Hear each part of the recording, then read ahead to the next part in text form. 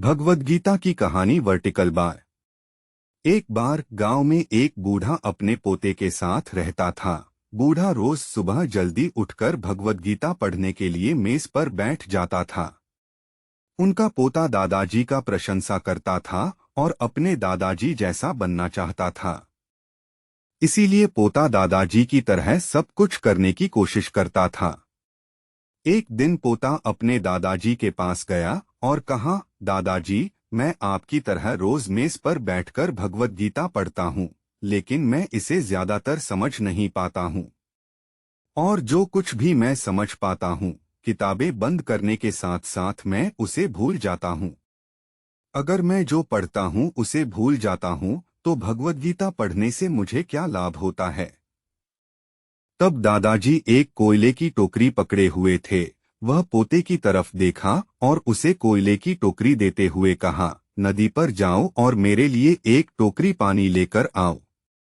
दादाजी ने जैसा कहा, लड़के ने वैसा ही किया। लेकिन जैसे ही वह घर पहुंचा, टोकरी का सारा पानी निकल गया। दादाजी ने मुस्कुराते हुए कहा, वापस पानी लेने के लिए नदी में जाओ और फिर से कोशिश करो, लेकिन इस बार थोड़ा तेज चलने की कोशिश करना। लड़का मान गया और इस बार नदी से पानी लेकर जल्दी घर पहुंचने के लिए तेज भागा। लेकिन इस बार भी घर आने के बाद दादाजी ने देखा कि टोकरी खाली थी। दादाजी ने पोती को फिर से कोशिश करने के लिए कहा, लेकिन हर बार रास्ते में टोकरी से पानी निकल जाता है और टोकरी खाली हो जाती है। लड़का थक गया और अपने दादाजी को कहा, दादाजी, इस टोकरी से नदी से पानी लाना असंभव है। मैं आपके लिए पानी से भरी बाल्टी ले सकता हूँ।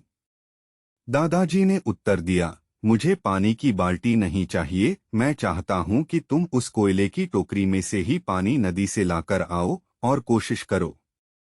लड़का जानता था कि यह असंभव है, लेकिन उसने अपने दादाजी की बात मानी और फिर से कोशिश की। इस बार लड़का जितनी जल्दी हो सके दौड़ा, लेकिन फिर से टोकरी खाली थी। लड़का थक गया और उसने अपने दादाजी को कहा, दादाजी, इस टोकरी से नदी से पानी लाना हमारे लिए असंभव है। दादाजी ने उत्तर दिया, तुमको लगता है कि यह असंभव है, लेकिन जरा टोकरी को देखो।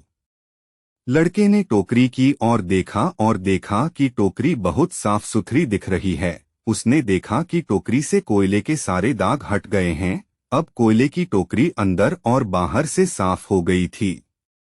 दादाजी ने कहा, तुमने देखा कि टोकरी अब सारे दाग मुक्त हो गई है। जब तुम भगवद गीता पढ़ते हो तो ऐसा ही होता है।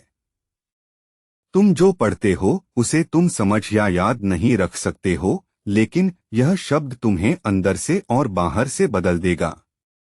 तो दोस्तों, हम आशा करते हैं कि आपको भगवद गीता की कहानी पढ़कर जरूर अच्छा लगा होगा। और कृपया ध्यान दें कि यह कहानी उदाहरण है और भगवद गीता एक प्राचीन धार्मिक ग्रंथ है, जिसमें अर्जुन और कृष्ण के बीच संवाद का वर्णन है। यह धार्मिक ग्रंथ ज्ञान, आदर्श और मार्गदर्शन प्रदान करता है।